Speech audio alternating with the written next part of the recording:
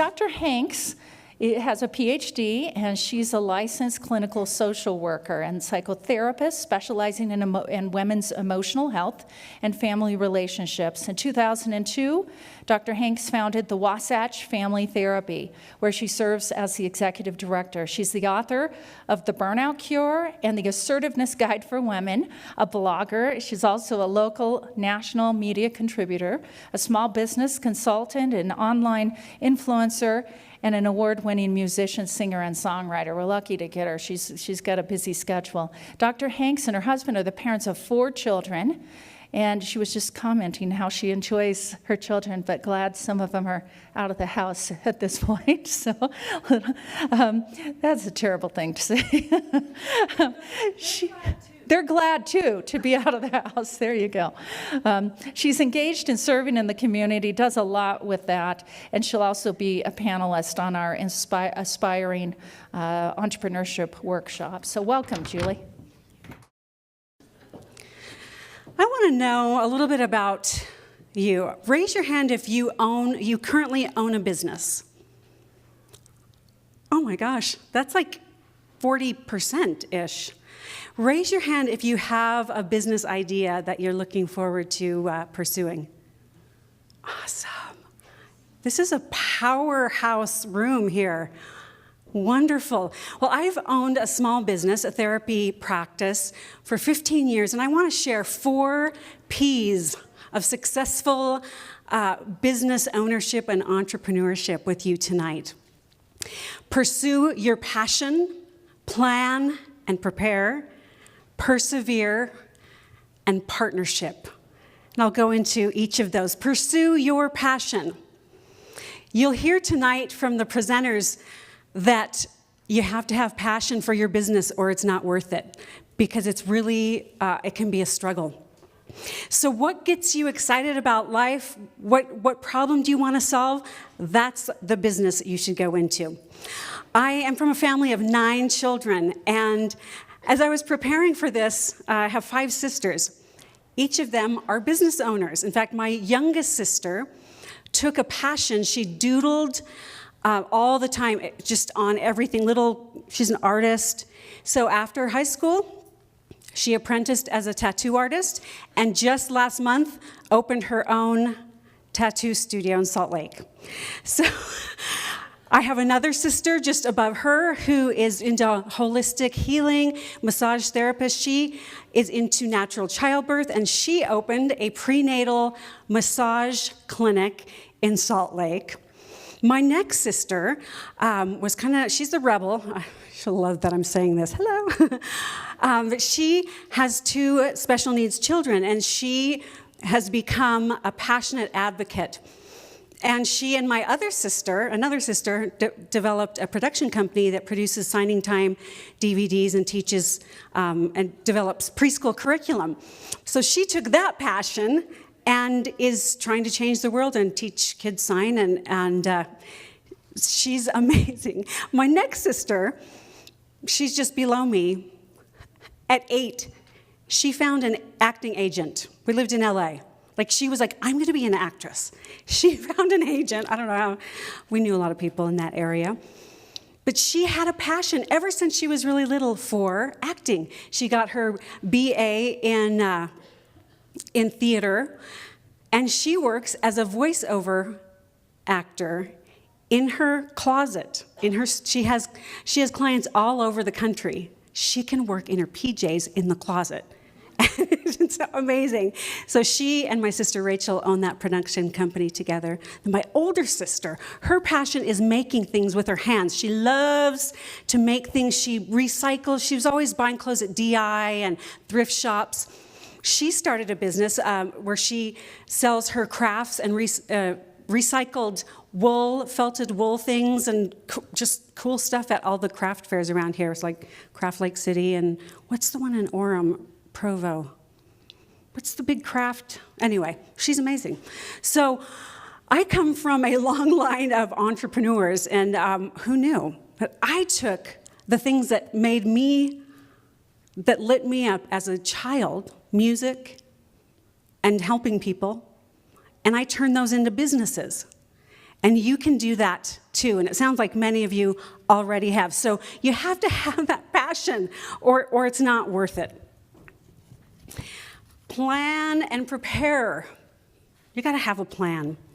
So you can have a passion, but if you don't take action, if you don't plan, it doesn't matter. You're not going to get anywhere.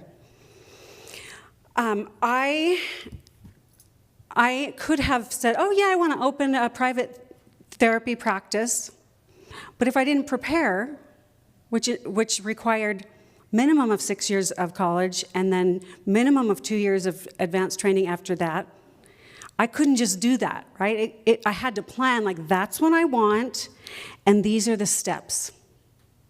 And my passion kept me going. I ended up spending 8, 9, 10 years in college. And it took me 7 years to get my clinical licensure instead of 2, which you can do it, because I was doing family and I was doing music. But my passion kept me going. And I had a plan, and I was prepared to take whatever steps it took. When I started my practice, I'm in my 15th year. And it's funny that I'm married to a businessman. He's a CPA, and I'm the one who owns a business. And he has very little to do with mine, unless I ask him. It's mine. But when I started out, my vision was to collect like-minded therapists, like people who were born to do therapy, and then train them and help cultivate their talents. And then I also wanted to pick who I got to play with when I went to work. So that's a really cool thing. But I started out solo. I named it Wasatch Family Therapy because that was my vision, that it would be something bigger than just Julie Hanks counseling. And within a few years, I ended up being so busy that I hired another therapist, and then another, and we now, our max was, I think, 20 therapists, and it's just been a great journey. So if I can do it, trained as a therapist, you can do it. If you have that plan and you prepare. And you may be being prepared for something that you don't even know right now. And that's kind of a cool thing. You may be studying something that ends up not being what your business is, but no experience, no education, no failure is ever wasted. There's no such thing as a detour. It all prepares you for what's next. So if you don't know the direction you want to go yet, that's okay. You are still being prepared for what is next in your life. The third P, perseverance. Perseverance. To quote Dory from Finding Nemo, just keep swimming. Right? That is the motto sometimes as a small business owner, just keep swimming. And I tell myself that too in family life as well. Do you know how many publishers rejected J.K. Rowling's Harry Potter book? 12. 12, and including the one who ended up publishing her eventually, right? Persistence. How many people turned down Walt Disney for funding for Walt Disney World? 302. I would be like crying in a puddle. I don't have that much persistence. Colonel Sanders was turned down 1,009 times before someone accepted his fried chicken recipe. That is perseverance, right? Sometimes that's what we need in order to succeed. Just keep going and believing in yourself. Successful people, they do not accept rejection. It's not rejection. It's another opportunity to try. And I think that is so inspiring because I take rejection hard. And to look at these stories and know they did it, so can I, and so can you. Expect partnership. This is probably the least clear. What I found in my experience and in watching my sisters grow their businesses is that it's important to expect partnership, not just in your business relationships, but also in your personal life. An example of this, when I got married at 20, and my husband and I were talking, and I said, so how are we going to work this out? I'm going to grad school. It wasn't, can we work this out, or will I? It was, how are we going to work this out together? Your dreams are just as important as anybody else's, just as important as your partner, kids, parents. So sometimes women are socialized to put our needs below the needs of others, and that does not work. It makes really resentful, unhappy women. I've been there too. So expect partnership from your relationships, and if you don't have it, then you may want to rethink the relationship. Because it's important to be surrounded by people who support you in your goals and your dreams and your aspirations. My kids support me. Require your kids to support you. Right? They can help each other while I go to work. They can do more chores. My older kids came and cleaned my offices. I did pay them, not very well, but enlist your family and your friends in your business and expect that. And also develop partnerships with people in your field. So I do some business consulting with therapists on building an online presence and building their business. And a lot of people say, well, why would you help your competition?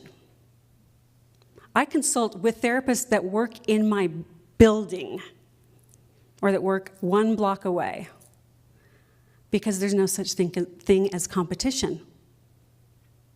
Those people are your best allies and friends and people that you can learn from, that you can network with. You can become partners with who might be your competition. I mean, not all the time, but a lot of the time you can.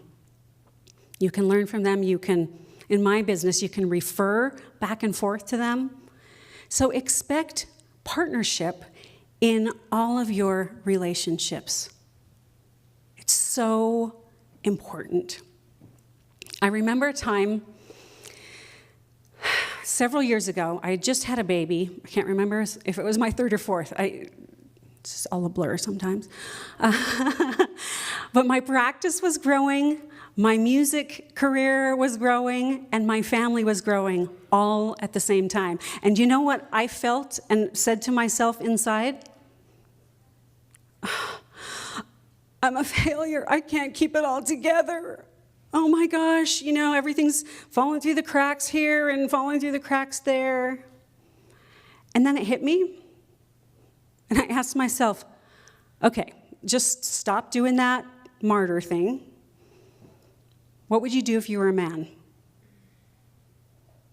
And I stepped back from my life and I said, I would hire assistants, and I would feel so great about myself that everything I'm doing is working and I'm so successful. So I did. I hired a home assistant, I hired a full-time office manager, and never looked back. I hired an editor a little bit later than that. So build your team, build your partnership. It's okay to ask for help and support. I think women who own businesses are like race cars, just going 1,000,000 miles an hour through the track of life. Race cars have pit crews. Have you watched a race? They have like a whole team of people that's just there to change the tires, give gas, change the oil, whatever they need. If you're going to own a business, you need a pit crew. For home and for work, and no guilt, right? I don't know what it is, but women feel guilty for needing support. Nope. Men don't. I don't know. Socialization. You guys are kind of lucky. But yeah, who's on your pit crew? Your family should be, your friends, and then hiring professional support. On my pit crew is my husband, who does my taxes.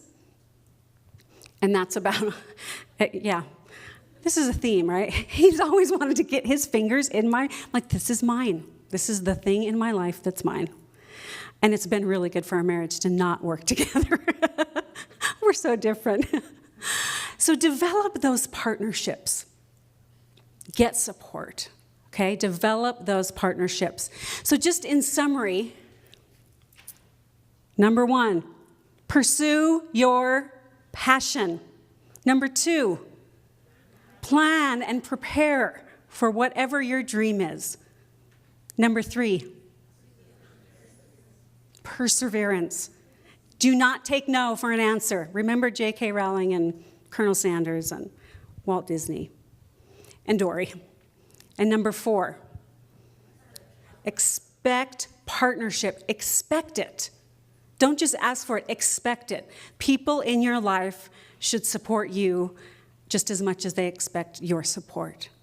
And if you do these 4 things, you will be successful in your business. And I wish you all well. Thank you.